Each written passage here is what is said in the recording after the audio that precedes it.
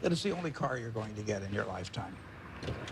Now, what are you going to do knowing that that's the only car you're ever going to have and you love that car? You're going to take care of it like you cannot believe. Now, what I'd like to suggest is you're not going to get only one car in your lifetime, but you're going to get one body and one mind, and that's all you're going to get. And that body and mind feels terrific now, but it has to last you a lifetime. I'm on the way to the office. It's all of a 5-minute drive. I've been doing it for 54 years. One of the good things about this 5-minute drive is that on the way there's a McDonald's, so I'll pick up something. Good morning. Thank you for choosing McDonald's. Go ahead and order whenever you're ready. I'll have a sausage McMuffin with egg and cheese. Anything else? That's it. Thank you. And I tell my wife, as I shave in the morning, I say either 261, 295, or 317. And she puts that amount in a little cup by me here, and that determines which of 3 breakfasts I get. Okay, 295. There's How the you two. doing, sir? Hey, great. You're on candid camera. I see. Hello, everybody. When I'm not feeling quite so prosperous, I might go with the 261, which is 2 sausage patties, and then I put them together and pour myself a Coke. Hi, how are you? 317 is a bacon, egg, and cheese biscuit, but the market's down this morning, so I think I'll pass up the 317 and go with the 295.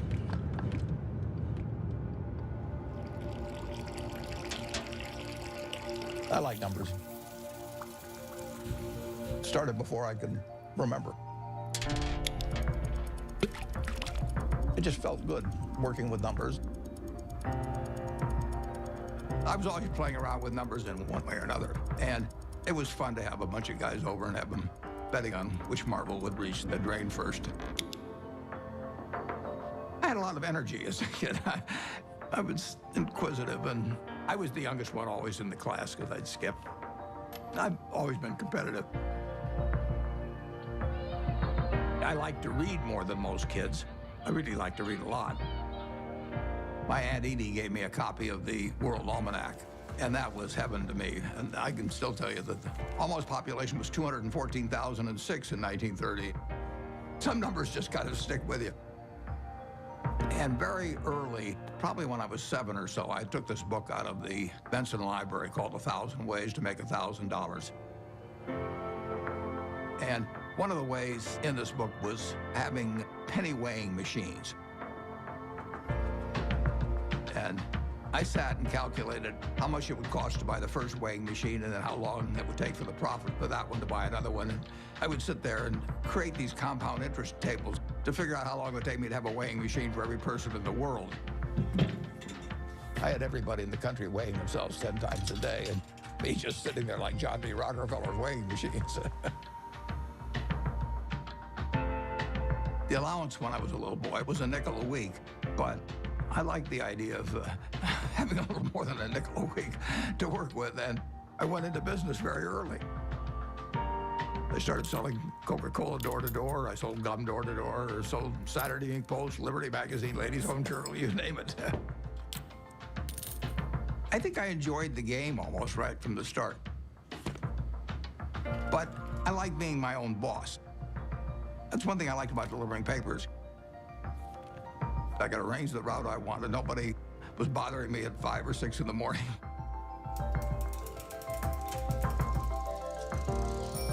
I was delivering 500 papers a day, and I made a penny a paper, but in terms of compounding, that penny turned into something else.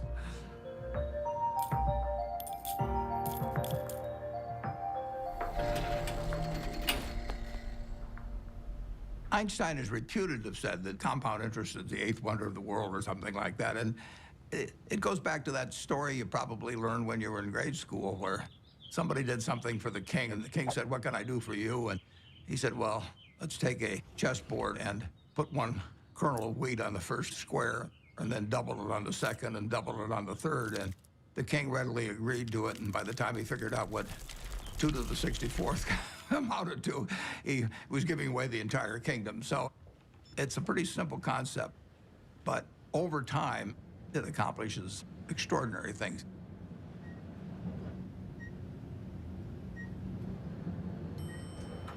Berkshire is an amazing company. It's fourth largest company in the Fortune 500. He is the only person who has ever, from scratch, built a company that is in the top 10 of the Fortune 500.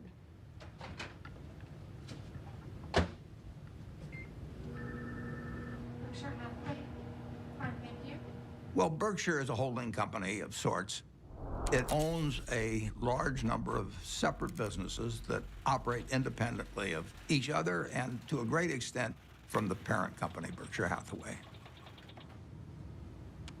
What gold's been red hot? My favorite green gold. So strong. All right. Well, we're going to get more from you in a second. We have maybe 70, maybe 80 businesses, and we ask them to behave in a way that doesn't hurt our reputation at Berkshire Hathaway, but they run their own lives. Other people do most of the decorating of the office, so various things come in. Originally, when I moved in 1962, you can see this. I went down to the South Omaha Library, and I think for $1, I got 7 copies of old New York Times from big times like the Panic of 1907. This is one, 1929, obviously. But I wanted to put on the walls days of extreme panic in Wall Street, just as a reminder that anything can happen in this world. I mean, it's instructive art, you can call it.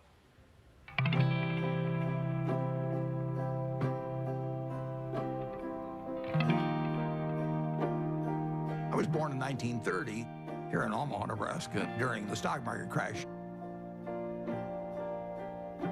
Well, my dad lost his job in 1931, a year after I was born. He was a stock salesman, and he had what little savings he had in the bank, and so he started his own company. He worked right through the Depression.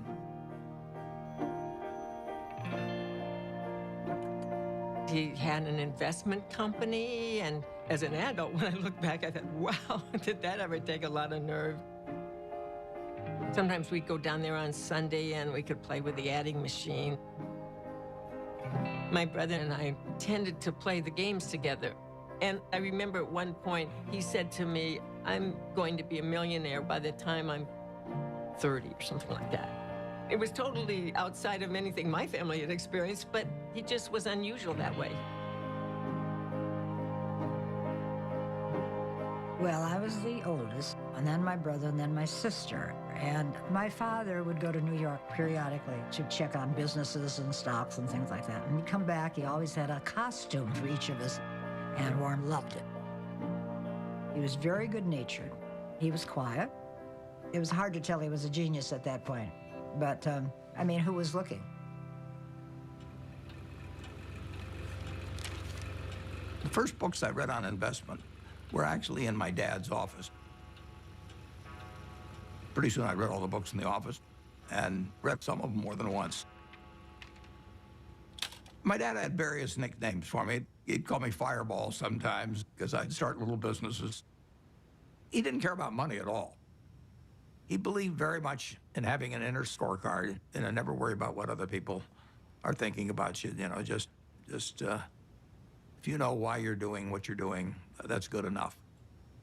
I admired everything about him to the extent that I was absorbing lessons from him without knowing it. And the idea that all lives have equal value is something that all 3 of his children felt since I can remember. My dad, at one point, ran for Congress when I was 12 or so.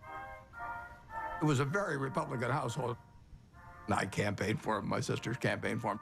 The whole family did. My mother was very, very bright, and she was very gregarious. She was a good campaigner for my dad. She had a lot of ambition, and I think my brother Warren got a lot of his extreme competitiveness from my mother, actually. She was brilliant at math. You know, I guess they still had these things where you crank them and things added up, and she could add it in her head faster than the machine could do it. She was absolutely amazing in that. She was very dutiful about taking care of the kids, but you didn't get the same feeling of love. It was there, but it didn't come out the same way as with my dad. In the nation, the only permanent way to prosperity is a balanced budget. Unless that goal is achieved, all post-war plans will collapse like Hitler's conquest. You have heard Congressman Howard L. H. Buffett, Republican member of the House of Representatives from Nebraska, speaking on... When I was about 12 or 13, we moved to Washington, my family, and I was mad. I was having fun in Omaha. I lost all my friends, and now I moved to a town where they were all strange. So I was very, very unhappy. At school, I just lost interest. I took pleasure in tormenting my teachers. At that time, for example, AT&T was the stock that all teachers owned for their retirement. And I decided that it would drive my teachers a little crazy if I went short the stock, because when you go short a stock, you're betting that it will go down. So I shorted 10 shares of AT&T and then brought the confirmation to school and showed these teachers that I was shorting the stock. They found me a big pain in the neck, but they did think I knew a lot about stocks. And then at home, my mother would have terrific headaches. And you didn't want to be around her when she was having the headaches. And she would lash out more. She would never do it in public. Well, I think we were terrified of her. When I'd wake up in the morning, I'd listen to hear her voice. I could tell by her voice it was going to be a terrible day or not. When she got difficult, the three children felt it. When I was at the low point, sort of, I decided that I would run away. So I talked two other guys into running away with me. We went out and we started hitchhiking. And then we got picked up by the highway patrol, and that scared the hell out of us. It's very interesting. My dad never really gave me help about doing this, but he finally said, you know, he said, you can do better than this. And just saying that, I mean, I felt I was letting him down, basically. So in all ways, he was teaching me. He never taught by telling me things. He just taught by example. He had unlimited confidence in me, even when I screwed up. And that takes you a long, long way. The best gift I was ever given was to have the father that I had when I was born.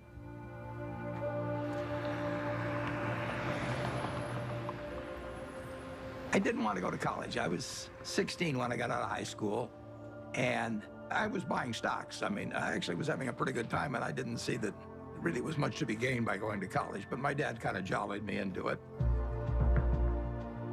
He had a roommate who was a friend of mine, and the roommate said it was just driving him crazy because he studied all the time, and Ward would come in like 15 minutes before the exam and just ace his way through it.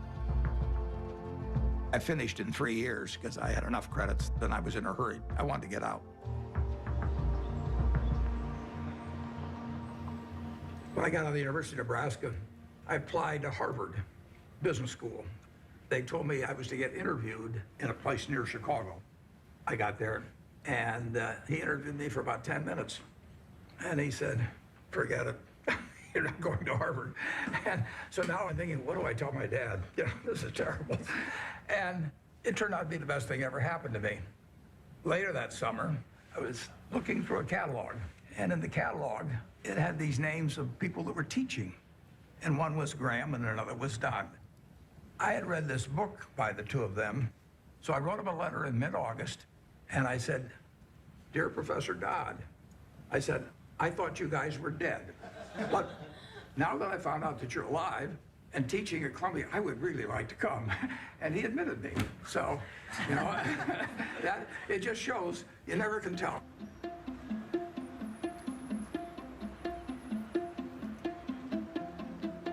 Gentlemen, that's Graham. Ben was this incredible teacher. I mean, he was a natural, and he drew us all in. Are Wall Street professionals more accurate in the shorter term than the long-term forecast? Well, our studies indicate that you have your choice between tossing coins and taking the consensus of expert opinion. And the results are just about the same in each case. It was like learning baseball from a fellow who was batting 400. It shaped my professional life. There are two rules of investing, according to Warren, and he learned this from Ben Graham.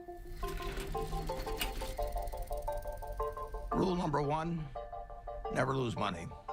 Rule number 2, never forget rule number 1.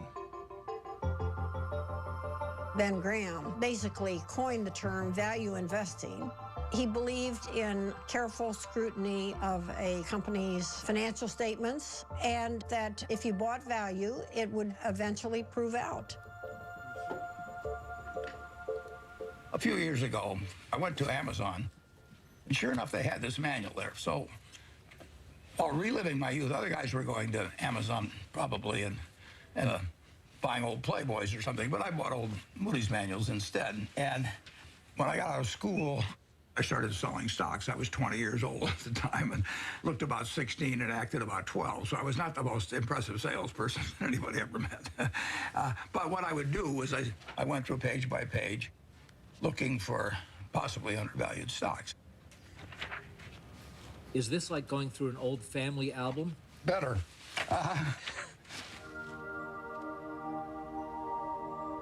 When I got out of business school at Columbia, I developed pretty decent skills in terms of business, but I hadn't really come to terms with the world exactly. What were you like around girls back then? Bad. I was sort of out of the swing of things there for a while. I went to my 60th reunion. There's a girl there. I took her out one time to the Uptown Theater in Washington, and I asked her whether she remembered what movie we saw, and she said, no, I don't remember that. And then she said, but I do remember one thing. And like an idiot, I said, what was that? And she said, well, you picked me up in a hearse. And it was true that I owned a half interest in a hearse when I was in high school, which was not the smoothest thing, or coolest, as I would say now, the thing that you could do on a date. There were two turning points in my life. Once when I came out of the womb, and once when I met Susie, basically. She was the girl, yeah. But it took her a little longer to figure out I was the boy. I was going to be his youngest sister's roommate at Northwestern. So I walked into their house, and he was sitting in this chair, and he made some sarcastic quip. So I made one back. I thought, who is this jerk? And that's how we met, yes. Listen, Warren is smarter than you even know. His brain is going all the time. And my dad said to me, now you have to understand about him. You're not going to have discussions with him like you would most normal people. But he has a heart of gold. He was just totally enamored of her, and why not? And she of him. She'd sit on his lap all the time, and he'd stroke her hair. It was softening him. Susie was really kind, considerate, and she was the balancing force. I just got very, very, very lucky. But I was a lopsided person, and it took a while, but she just stood there with a little watering can and just nourished me along and changed me. Somebody once said that the chains of habit are too light to be felt until they're too heavy to be broken. I had been terrified of public speaking. I couldn't do it. I'd throw up. And I knew if I didn't cure it then, I'd never cure it. And so I saw an ad in the paper for the Dale Carnegie course, which worked on developing your ability to speak in public. And I went down there. Be sincere. A good smile has the same effect as a puppy's tail. When a puppy wags... They made us do all these crazy things to get out of ourselves, and so we stood on tables and did all kinds of things.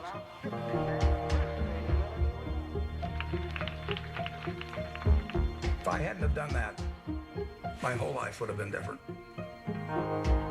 So in my office, you will not see the degree I got from the University of Nebraska.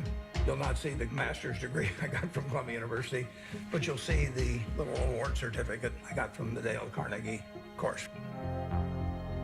As a matter of fact, every week, the instructor would give a pencil to whoever had done the most with what we'd learned the week before. And so in the fourth or fifth week, I proposed to her mother, and she said yes. And so that week, I won the pencil, and I also got engaged. I mean, it was an incredible week. The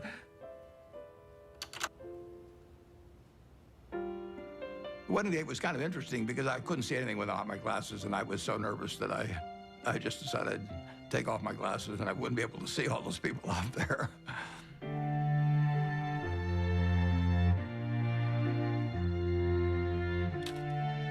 She was 19 when we got married, and I was 21.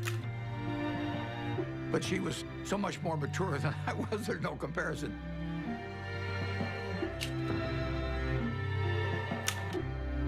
She was a better person than I was.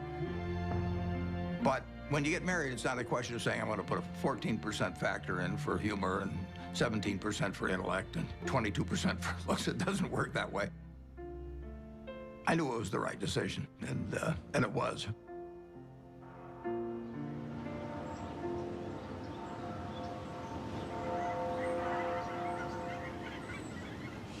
You could live anywhere in the world. Why do you choose Omaha, Nebraska? Yeah, I love it. I was born about a mile from here, and I've never had a bad experience in Omaha.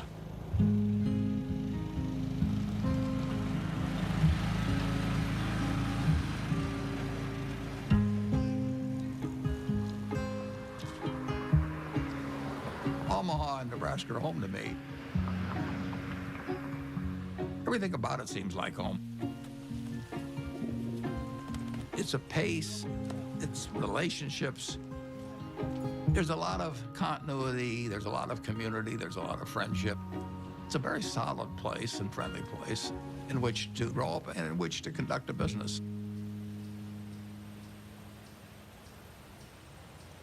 When I came back to Omaha in early 1956, I had no idea what I was going to do. But a few months after I came back, some members of the family said, what should we do with our money? And I said, well, I'm not going back in the business of selling stocks, but if you would like to join me in a partnership, I said, I'll be glad to do it. So within a couple of months after coming back, I set up the first partnership.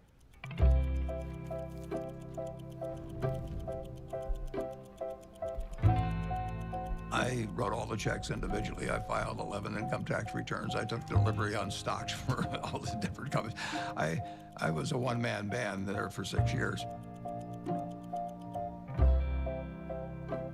Warren would sit upstairs in his little office there, and I would bring up the name of a company, and most of the time, he knew much more than I did about the company. He'd know how many shares were outstanding, he'd know the capitalization, he'd know the earnings. It was absolutely incredible. I mean, when Warren said something, it meant a heck of a lot. And I think all of us paid a lot of attention to Warren when he took a definite stand on something. When I first met Warren back in 1959, I recognized immediately that he was a very intelligent person.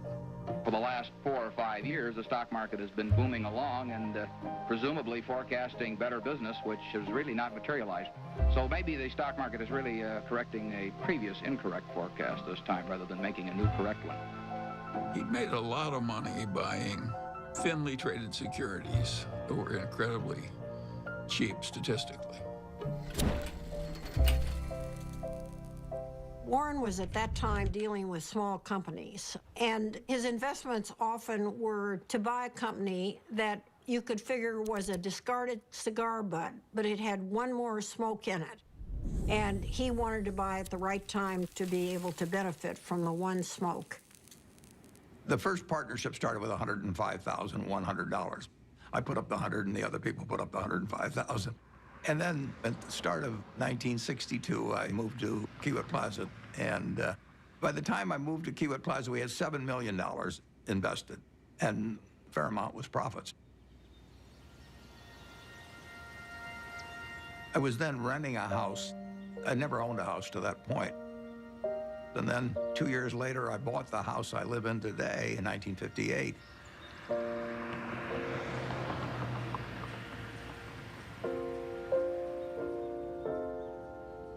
We had 3 children, Susie and I.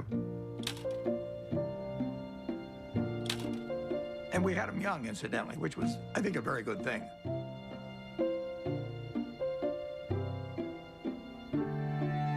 My daughter Susie was born here. I named her Susie just like that as soon as I looked at her, because she looked just like her mother. And she was a cinch. And then Howie was, you know, this absolute bundle of energy, which made things very difficult for Big Susie for a while. Peter again reverted back to Susie's personality, and he was an easy child.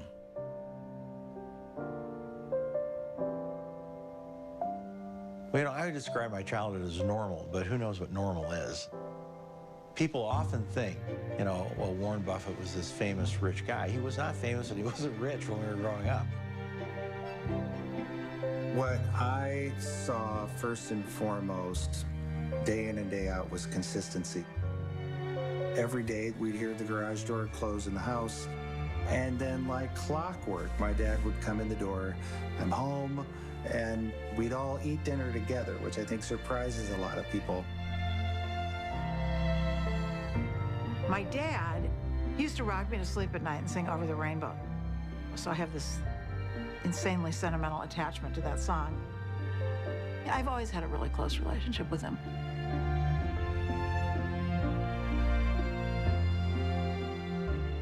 I've got 3 very different kids, and they've got a common heart, which they got from their mother. She did most of the work, by far, of bringing up the children, which was probably a good thing. They have more of her qualities than mine, which I would recommend. Well, my mom was the biggest part of my life growing up. Even though I got disciplined on a regular basis, and she was usually the one doing it, she was still my best friend. She was somebody who would help anybody. I mean, whether she knew him or didn't know him, or maybe even didn't agree with them, she would still help them. She was incredibly empathetic, and she was interested in every person individually. She never cared about money or business at all. I mean, he would go around saying, I'm going to be the richest man in the world. And I think, well, it's like somebody says I play music and I'm going to be Mozart. I don't know. How does anyone know? How does anyone know, you know? So that was okay. I don't really care about that. I would say that Susie led Warren toward changing his political views. He grew up as a young Republican. His father was a Republican congressman. But Susie saw things in different ways. She was the catalyst.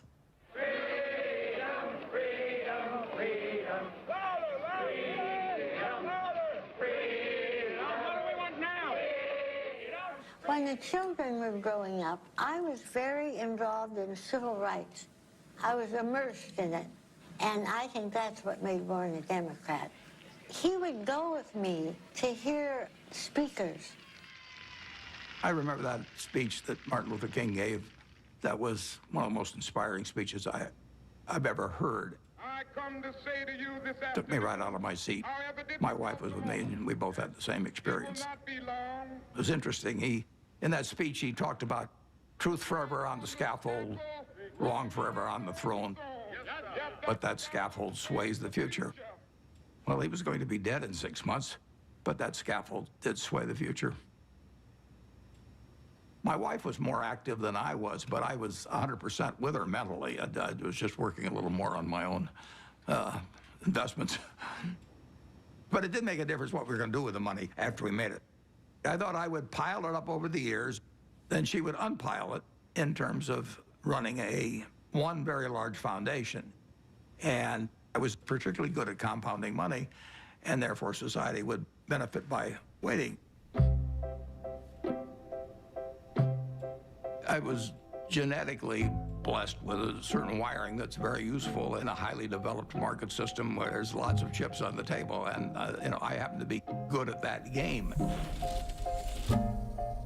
Ted Williams wrote a book called The Science of Hitting, and in it he had a picture of himself at bat and the strike zone broken into, I think, 77 squares. And he said if he waited for the pitch that was really in his sweet spot, he would bat 400, and if he had to swing at something on the lower corner, he would probably bat 235. And in investing, I'm in a no-called strike business, which is the best business you can be in. I can look at 1,000 different companies, and I don't have to be right on every one of them or even 50 of them. So I can pick the ball I want to hit. And the trick in investing is just to sit there and watch pitch after pitch go by and wait for the one right in your sweet spot. And if people are yelling, swing you bum, ignore them. There's a temptation for people to act far too frequently in stocks simply because they're so liquid. Over the years, you develop a lot of filters. And I do know what I call my circle of competence. So I stay within that circle, and I don't worry about things that are outside that circle. Defining what your game is, where you're going to have an edge, is enormously important.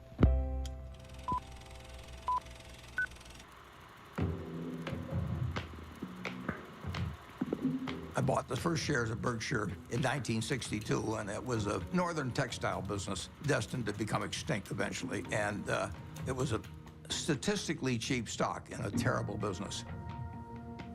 Berkshire Hathaway was closing mills, and as they closed mills, it would free up some capital, and then they would repurchase shares. So I bought some stock with the idea that there would be another tender offer at some point, and we would sell the stock at a modest profit. And at one point, the management asked me at what price we would tender our stock, and I said $11.50. And the tender offer came out a few months later, and it was at $11 3/8, which was 1/8 of a point cheaper. And that made me very mad, so I just started buying more stock. I just felt that I'd been double-crossed by the management, and in May of 1965, I bought enough so we controlled the company, and we changed the management.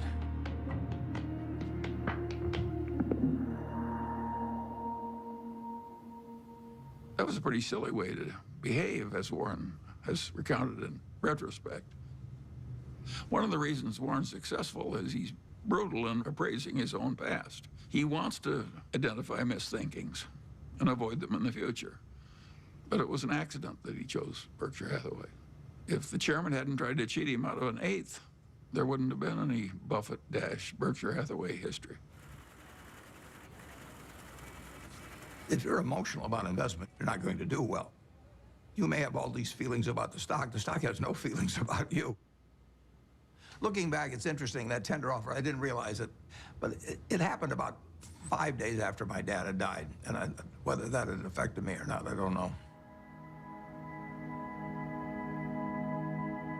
Do you remember your last conversation with your father? Yeah, but I don't want to talk about it.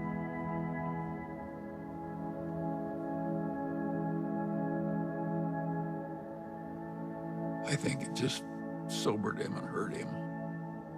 But Warren soldiers on. Both Warren and I could look at our fathers and see what they did right and what they did wrong. Warren's father was a real old-fashioned right-wing ideologue. And his father was so intense about it that Warren just decided that it was a mistake. It cabbaged up your head to be that much of an ideologue. So he loved his father, but he didn't want to become that much of a true believer in anything. My politics became more overt after my dad died. Civil rights changed my views. You know, in 1776, Thomas Jefferson wrote, all men are created equal, and then when they wrote the Constitution, they all of a sudden decided that, no, it was just 3/5 of a person if you were black. I mean, that struck me as kind of crazy. I was talking to him one day about some racial issue, and he said to me, wait till women discover they're the slaves of the world. Now, how many men were cognizant of that, and even women then? The initial example is really my mother. She came from a generation where the main function of the wife was to help her husband in the job.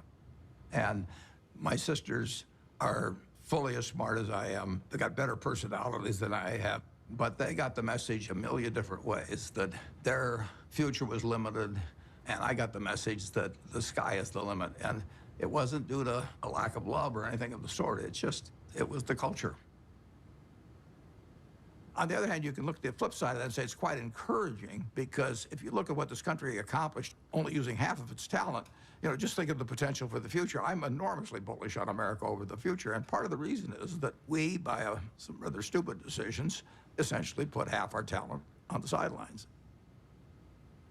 Warren is probably the most rational person I've ever met. Charlie Munger would be a close rival. And Charlie became a man that Warren depended on heavily. And I think his first experiences in the discarded cigar butt era convinced him that it was not exactly where he wanted to be. He'd made so much money for so long doing what he'd been taught by Ben Graham, which is to buy these very cheap stocks.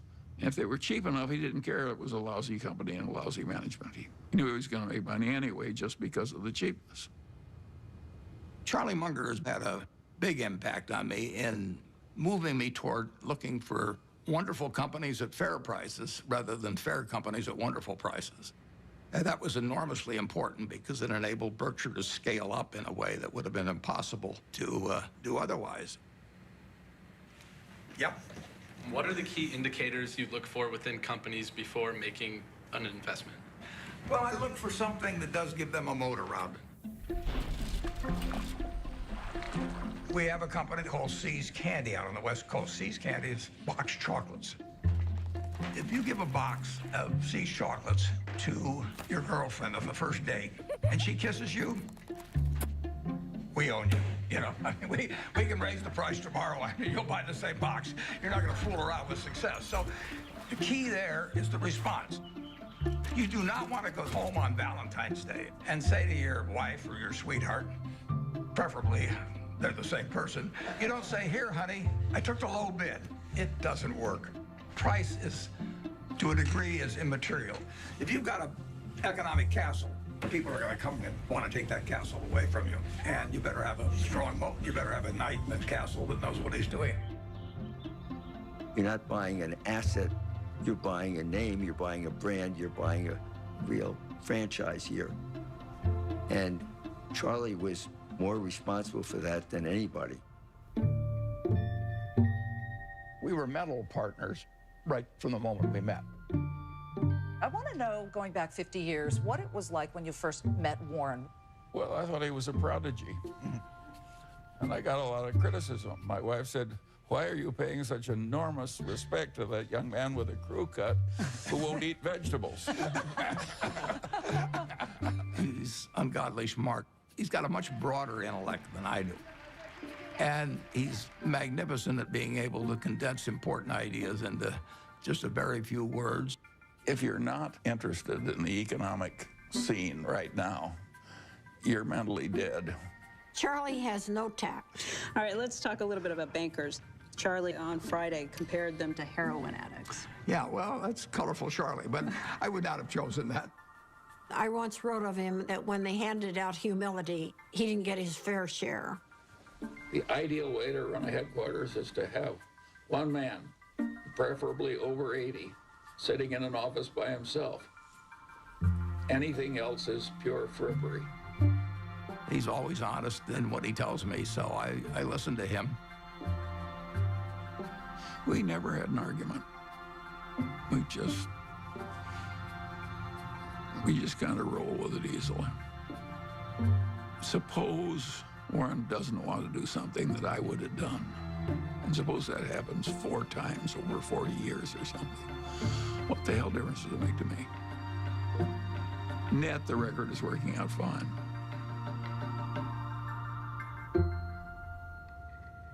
Both of us know that we've done better by having ethics. Warren's not interested in making money by cheating people.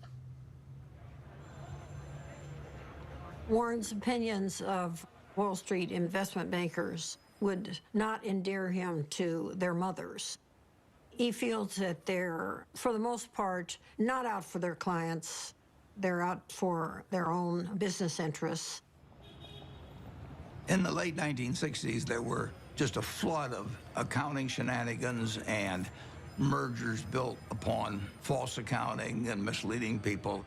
It was a time when a lot of charlatans were prevailing in Wall Street and were being applauded by Wall Street. And I understood what the game was about, but I didn't want to play in it. So I closed down the partnership at the end of 1969, and I took on the title of chairman for Berkshire Hathaway. Well, I think the modern Berkshire is pretty much all a reflection of Warren. I have constructed a business that fits me. It's kind of crazy to spend your life painting if you're painting a subject you don't want to look at. I've gotten to paint my own painting in business on an unlimited canvas, in a way. It's a different sort of place. I work with a great group of people that make my life very easy and that take good care of me. We have 25 people in the office, and if you go back, it's the exact same 25, the exact same ones.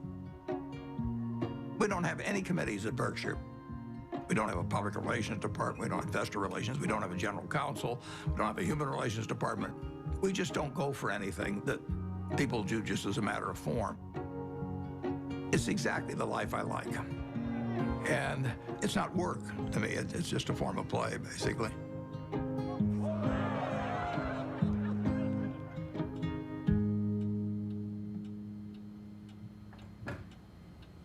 Well, I like things quiet. I shut the door, actually, at the office because I don't want to hear anybody talking outside. And I still probably spend 5 or 6 hours a day reading. Look at what's trending today. Our quick roundup of what has you talking. Well, what's amazing is the stuff he remembers. It's like a little computer, you know. I keep thinking the hard drive will run out of space, but it doesn't. He's one of the smartest people we know. So I was at a couple of the family dinners at the Gates house where Mary, Bill's mom, was trying to convince him to come out to the family place at Hood Canal to meet Warren Buffett. And he was resisting because he was really busy with Microsoft. And finally he said, "Mom, okay, I'll come for lunch." So the two of us flew out there somewhat reluctantly because, you know, buying and selling stocks, which is how I thought of Warren, wasn't a particular interest to me and didn't seem like value added. It turned out that was completely wrong.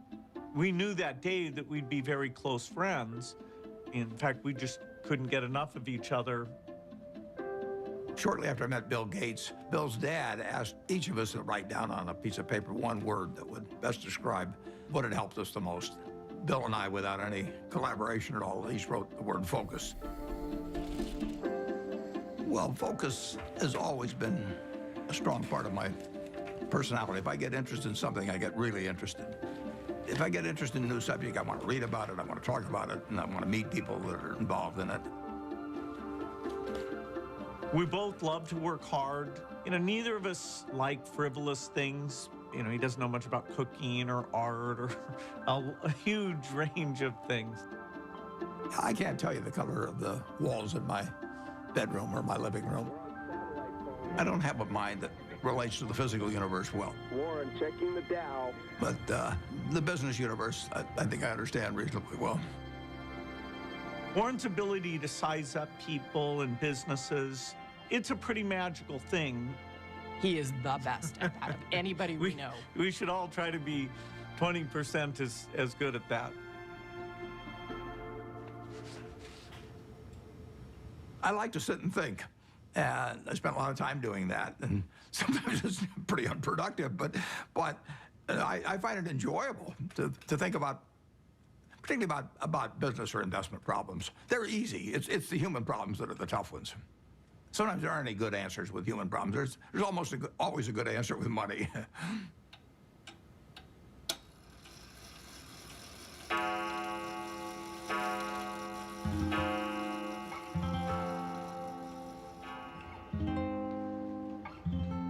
was sort of a genius. I think sometimes geniuses are by default lonely and isolated. He was not really well adjusted. He was just this funny, humorous guy who maybe had a moat around him because he was afraid and he didn't know anyone that he wanted to let in. And to this day, I don't know. Well, nobody knows him like I do, and probably any wife would say that. But,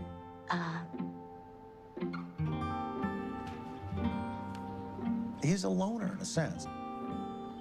And it's difficult to connect on an emotional level because I think that that's not his basic mode of operation.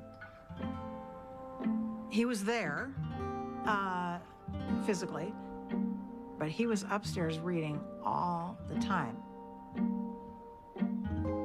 I always told my mother we have to talk in sound bites. I learned that early on, that if you start, going into some long thing, unless you've explained to him ahead of time that it's going to be a long thing and you need him to hang in there, you lose him. You lose him to whatever giant thought he has in his head at the time that he was probably thinking about before you came in and really wants to get back to. He's not like the rest of us. I don't think my dad ever took anybody for granted, but you are a little bit blind, I think, sometimes to what other people might be doing behind the scenes. And my dad's gotten a little bit of a pass. Warren can't find the light switch, and it's probably my fault. One time, years ago, when the kids were little, I was feeling really sick. I had the flu, so I lay down on the bed, and I said to Warren, will you get me a pan or something from the kitchen? I may not get to the bathroom. I feel so sick. He said, okay. So he trotted down to the kitchen, and I hear this bang, biff, boom, bang. And he comes up, and he brings me a colander, and I looked at it, and I said, look, honey, this has holes in it. Oh, okay. So he ran down, all this banging with him. He comes up, and he puts the colander on a cookie sheet.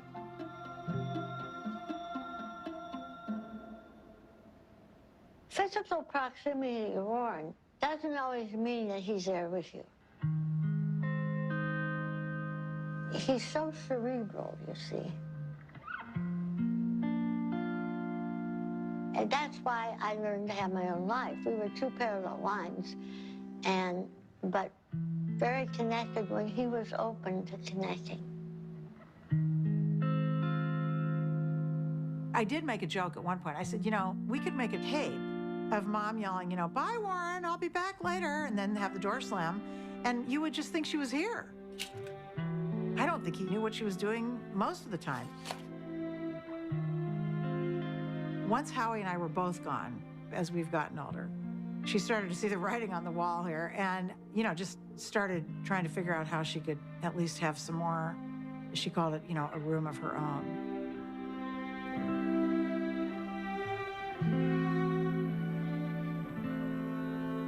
The worst mistakes involve not understanding other people as well as you might.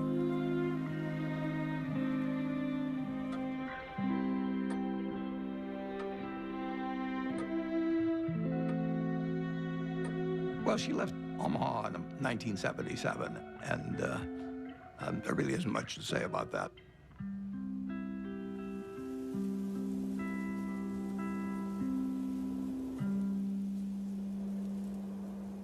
It was devastating for him.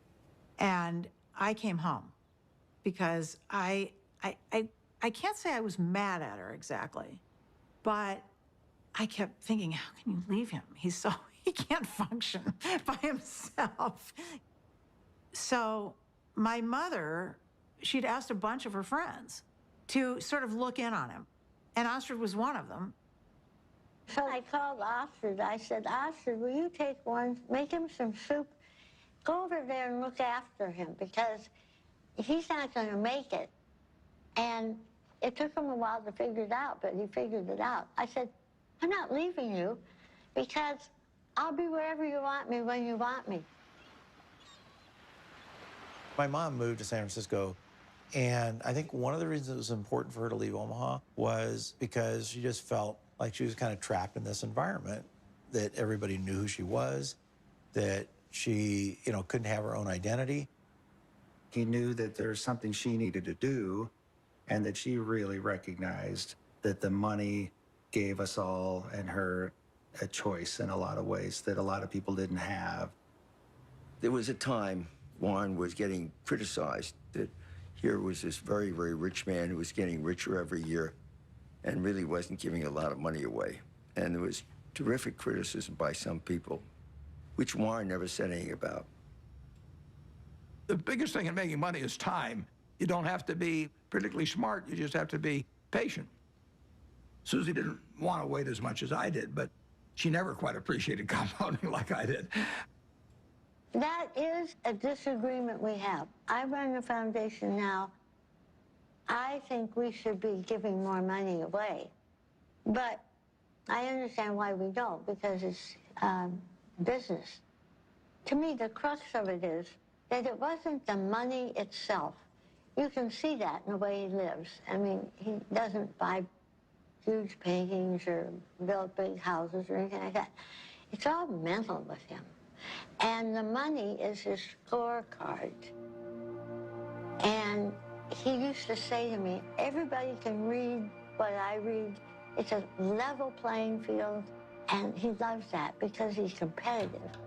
And he's sitting there all by himself in his office reading these things that everybody else can read. But he loves the idea that he's going to win. I'll tell you how you do it. Have you ever seen a juggler juggle 25 milk bottles? How did he ever get to do that? The answer is he started with 1 bottle, then 2, then 3, and just kept doing it, and pretty soon he was at 25. And that's the way we did it. So basically, we started out with cash and ended up buying a bunch of businesses, including insurance companies. Insurance is in itself a profitable business, but it has the additional advantage of creating something that's called float. And float is the money that hangs around Berkshire while a claim is waiting to be paid. And Warren turned out to have an extraordinary ability to use the money thrown off by the float to buy companies that fed the growth of Berkshire. In 1983, Mrs. B cashed in on her business by selling control for $55 million to a company owned by investor Warren Buffett.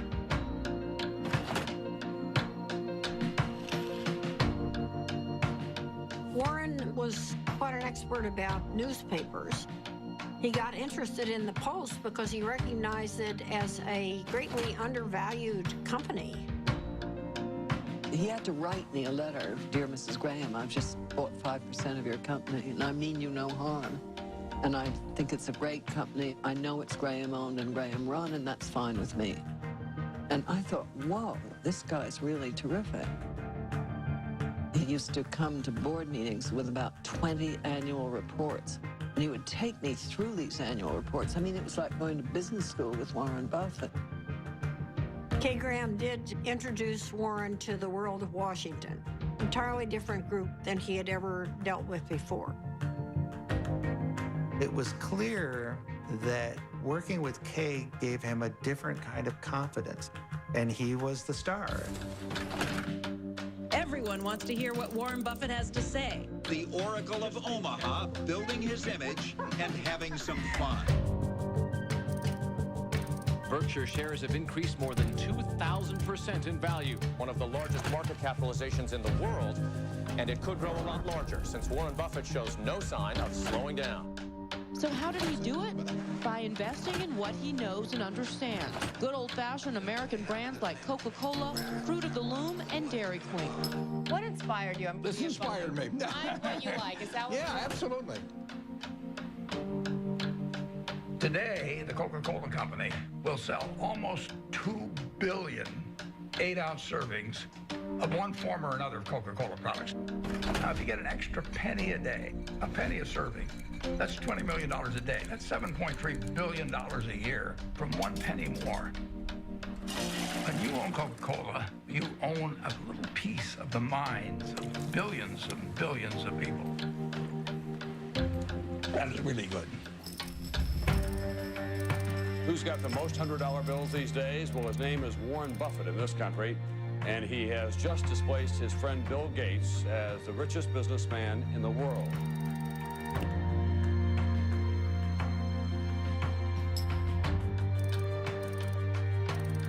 And the purpose of Wednesday's meeting was to discuss Buffett's company, Berkshire Hathaway's plan to purchase railroad giant Burlington Northern. Valued at $26 billion, this would be Buffett's largest acquisition ever. He's created Berkshire from virtually nothing into hundreds of billions of dollars of market cap. Nobody else has a record like that. He wanted to have an outstanding reputation, that he never really upset the apple cart when he bought a business, that he kept the management in place. He was establishing a reputation that paid off later in life. It's been building and building ever since I've known him. It takes 20 years to build a reputation, and it takes 5 minutes to lose it. When Warren made his investment in Solomon, I was one of the people, along with many, many others, who were quite amazed, because he had taken a very critical tone in talking about investment bankers and about their greed. And here he was investing in one, Solomon Brothers, that was known to be a member of the club. Warren and Charlie went on the board, and Charlie couldn't stand what was going on there and didn't like the culture at all. And shortly after they got involved, the thing exploded.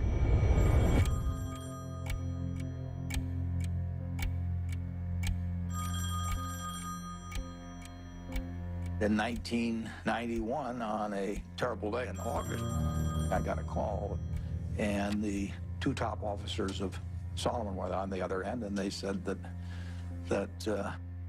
we had a problem. This is NBC Nightly News. Good evening. It is the kind of scandal that rocks Wall Street and raises questions about the integrity of our financial institutions. With the giant securities firm of Solomon Brothers under investigation for improper trading of Treasury bonds.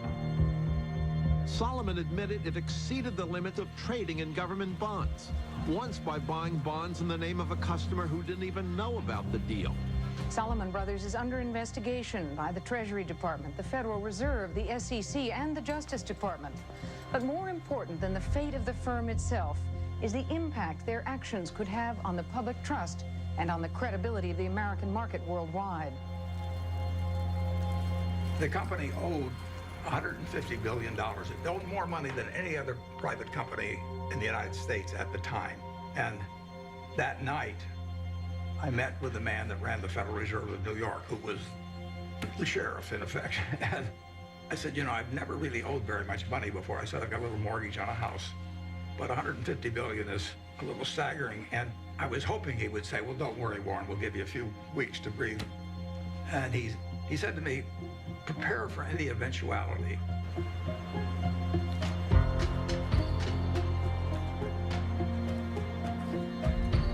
Earlier today, the U.S. Treasury Department announced that it had suspended Solomon Brothers from participating in the auction of new issues. It was one more jolt for a scandal-scarred Wall Street.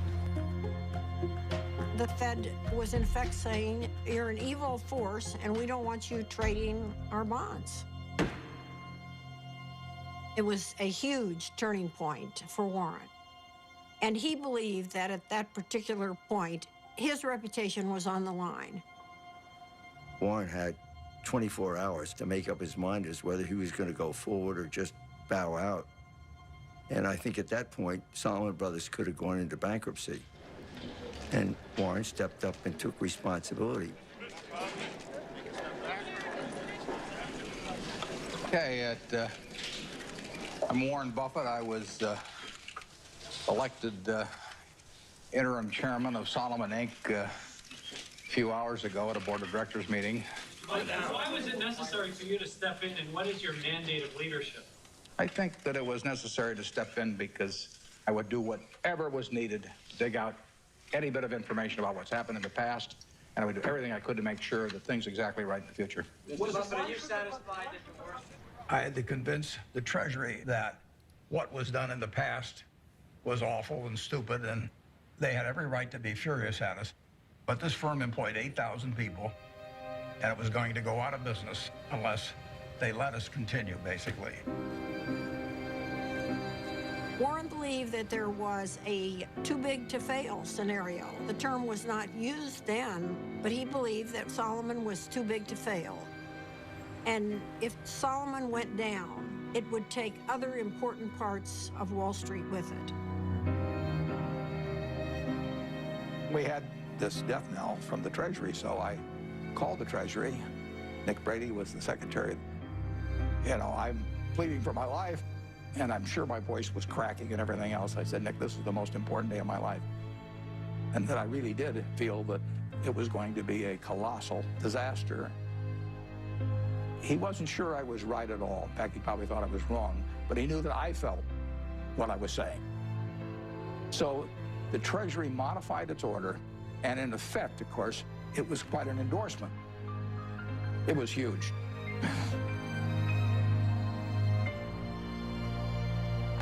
It saved Solomon. Nick Brady went with Warren because he trusted him. It shows how having a good reputation is really helpful in life. I thank you for the opportunity to appear before this subcommittee. I would like to start by apologizing for the acts that have brought us here. The nation has a right to expect its rules and laws to be obeyed. But I also have asked every Solomon employee to be his or her own compliance officer.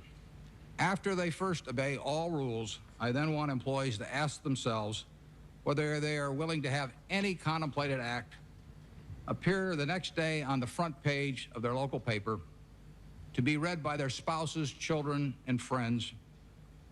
If they follow this test, they need not fear my other message to them. Lose money for the firm, and I will be understanding. Lose a shred of reputation for the firm, and I will be ruthless. I welcome your questions.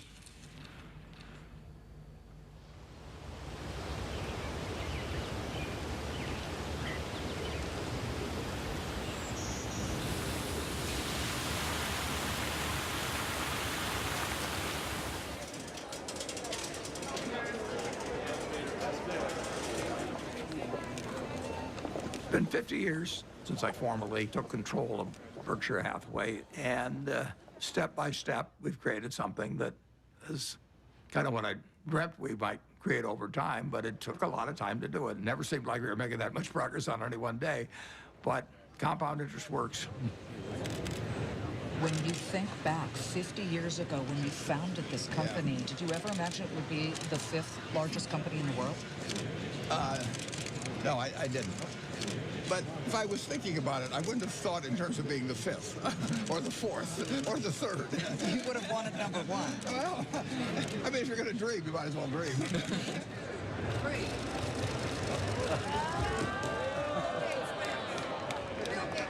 Well, a Berkshire Hathaway shareholders meeting is partly a fun festival. It's sort of a Mardi Gras for people that come every year. It's a chance for us to have a lot of fun and meet the people that have entrusted us with their money. Well, we used to have just 30 people in a cafeteria, and now we have this huge public spectacle. Celebration is part of making a group of people work well together. It's a celebration. We are glad you're here at our meeting. Be sure to check out our wares. We'll sell you C's candy and dilly bars, and insurance for all of your cars. For it's buy all you see at the Berkshire Show.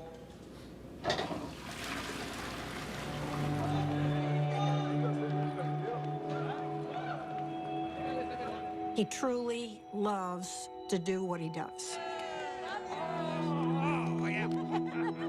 I think investors who own Berkshire Hathaway, they see themselves as a part of a community. There are more long-term holders of Berkshire than any company. People consider it a religion. They don't buy it with the idea they're going to sell it next week. I think most of them buy it with the intent of holding it for their lifetime, just like they'd buy a farm or buy an apartment house. At Berkshire, everybody gets the same information from the comprehensive annual report. We don't meet with the analysts. I'm not interested in what an analyst thinks about Berkshire. I'm interested in what the owners of Berkshire think about Berkshire. He came out of a private partnership where people he knew were trusting him. And he had his relatives in the partnership, and they were not rich. And as it got bigger, started treating everybody else the way he treated his relatives. In terms of our feeling toward the people who are shareholders, we regard them as our partners. They're not some faceless group of people. And that's why at the annual meeting, I love seeing 40,000 of them. It gives real meaning to what we're doing every day. Let's try. If you knew Susie like I know Susie, we just have a lot of love and respect for each other, and that's never changed. I don't go to most things in Omaha because I think Astrid lives there with him, and that's for her to do. And then we do all kinds of things. Strange as it may seem to people, I always think, who cares? If it's working between the people who are directly involved, who cares what anyone thinks? And my mother and Astrid were very close. They really, really loved each other. And I think that my mother was glad that she was there because she loved my dad. She wanted him taken care of and happy, and there's no one better than Astrid. I mean, she loves my dad. She wouldn't care if he had 1 cent. Well, Astrid has lived with me for a long time. She's done wonders for me. It worked well, but I don't think it'll work for lots of other people necessarily. Susie and I loved each other, and we admired each other, and we were totally in sync with what the other was doing, but we were two different individuals.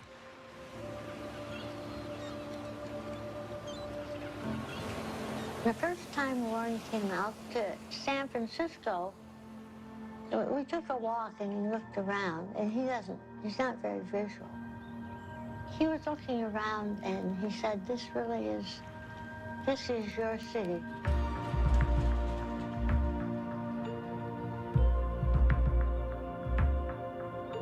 I am so drawn to color and light and form and nature that he thought it was a good place for me.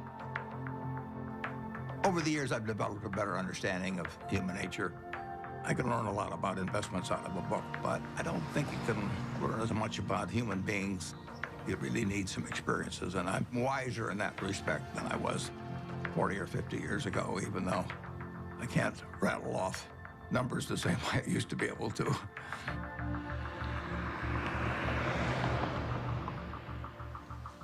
Well, I think that what we do reflects who we are.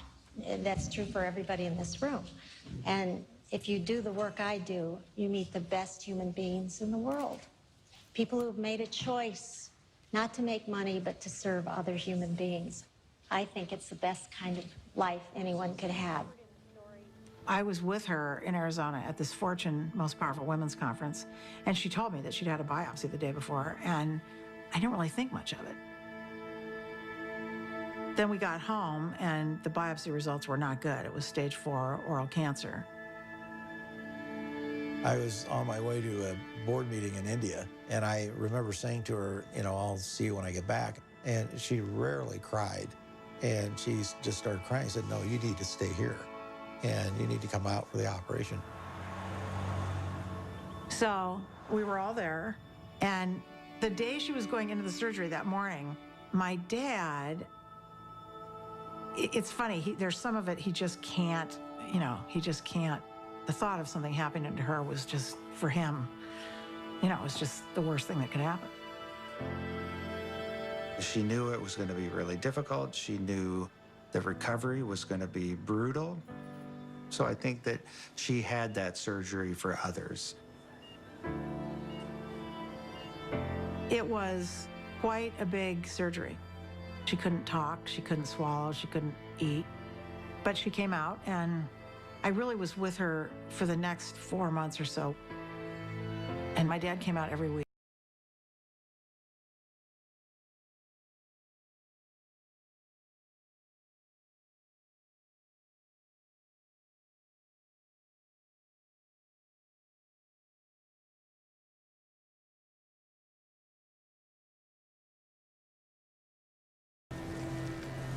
She and my dad had gone to Cody, Wyoming, which they did every year with a bunch of friends.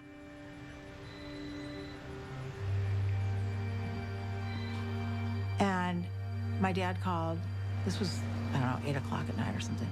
And he said, something happened to Mom. I'm in an ambulance. You need to come. I actually thought something happened to my dad. I don't know why I thought that, but I guess I thought, you know, my mom had this recovery, it was successful, and why would anything happen to her?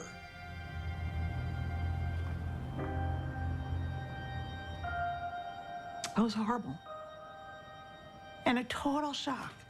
You know, she'd been fine.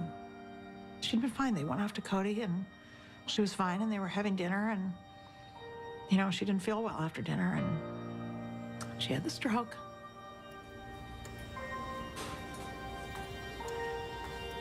We went into the hospital room, and my dad was sitting there. He'd been sitting there all night, holding her hand. I was so proud of him, because when it came down to it, he knew what he was supposed to do, and he did it, which was nothing. So my dad went to sleep, and I sat with her, and I just kept putting my hand on her heart to see if she was breathing. And at one point, you know, I didn't feel anything. So I went out and I got the nurse. And I said, can you come in here? And she said, no, she's gone. So I have to say one of the worst moments of my life was waking my dad up to tell him that.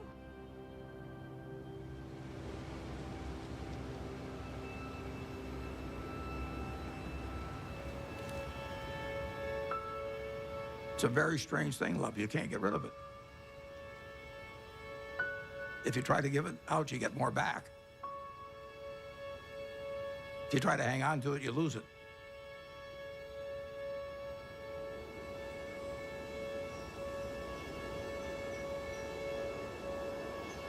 Susie really put me together. She believed in me. She put me together, and well, not only turned out to be the person I turned out to be, but I actually wouldn't have been as successful in business without that. She made me more of a whole person.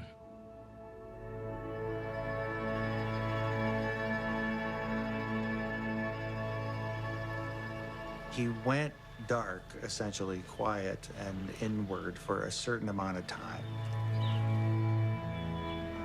You know, my dad is a solitary guy, and he had lived essentially a solitary life in a lot of ways. I think it came down to him figuring out how he was going to get through this tunnel and get out the other side.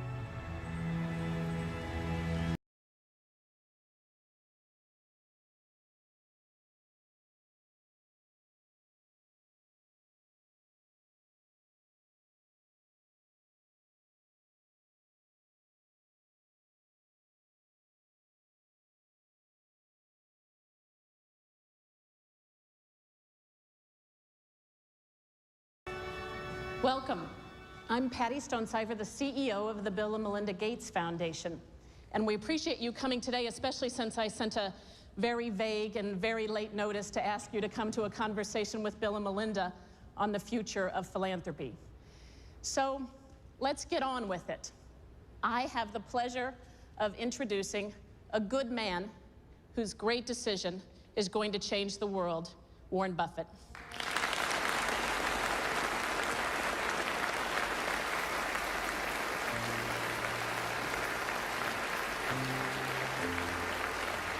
A remarkable decision tonight from one of the richest men in the world. Mega billionaire Warren Buffett says he is giving away most of his fortune to charity. Buffett has pledged to give away the bulk of his fortune to the Bill and Melinda Gates Foundation, and giving more than 15% of his money to foundations started by his 3 children and his late wife, Susan. One global health activist called what Buffett did today one of the most remarkably selfless acts that history will ever record. That's a better hand than I get at a Berkshire Hathaway meeting. I'd like to thank you for coming. It's a great day for me. It's a great day for my family. My wife, Susie, and I had planned that whatever I made would go back to society. And originally, I thought she would outlive me and that she'd make the big decision on it. But since her death, I had to rethink the best way to get the money into society and have it used in the most effective way. And I had a solution staring me in the face. It was completely out of the blue. I mean, amazing. The largest single gift ever given was what he gave away that day. I'd like to ask the people representing those various foundations to come out. First 3 letters are easy to sign. I just signed Dad.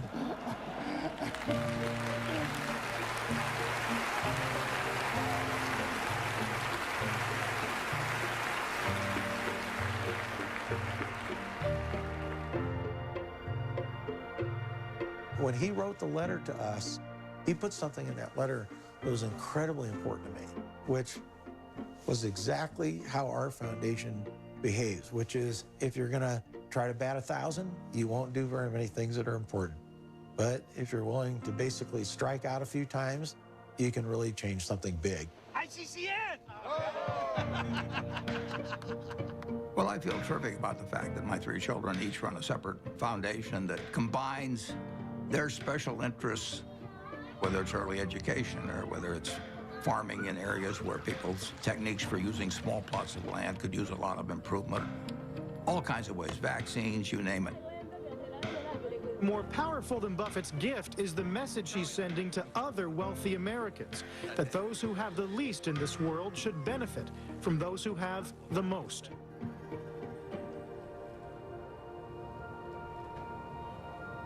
In my entire lifetime, everything that I've spent will be quite a bit less than 1% of everything I make. The other 99% plus will go to others because it has no utility to me. So it's silly for me to not transfer that utility to people who can use it. It's doing me no good.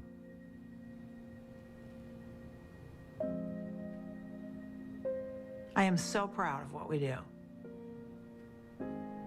I almost cry at every board meeting because I just think she would be so proud.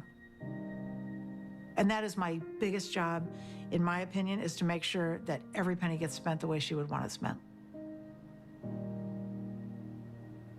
Whoever you are in this life, you don't want to think you wasted a lot of your energy and love and time on something useless.